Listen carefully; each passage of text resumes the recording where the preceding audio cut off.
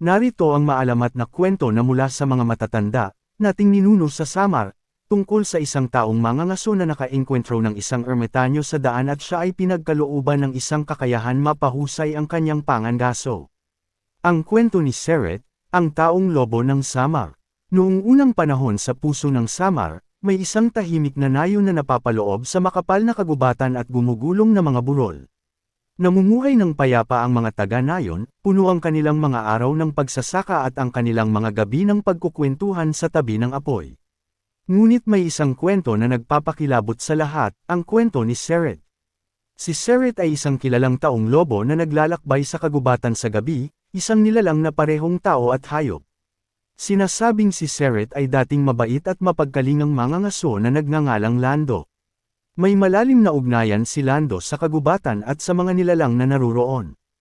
Isang gabing mapanglo, nakatagpo ni Lando ang isang mahiwagang estranghero na nag-alok sa kanya ng dakilang kasanayan sa pangangaso kapalit ng kanyang kaluluwa. Dahil sa desperasyong pakainin ang kanyang nagugutom na pamilya, pumayag si Lando.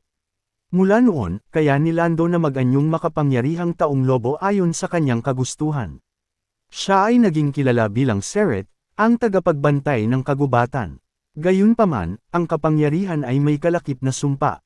Tuwing bilog ang buwan, nawawala ang kontrol ni Seret at nagiging mabangis na halimaw, nananakot sa nayon at sa mga tao roon. Natatakot ang mga taga-nayon sa mga pag-atake sa gabi, kaya't humingi sila ng tulong sa isang matandang albularyo.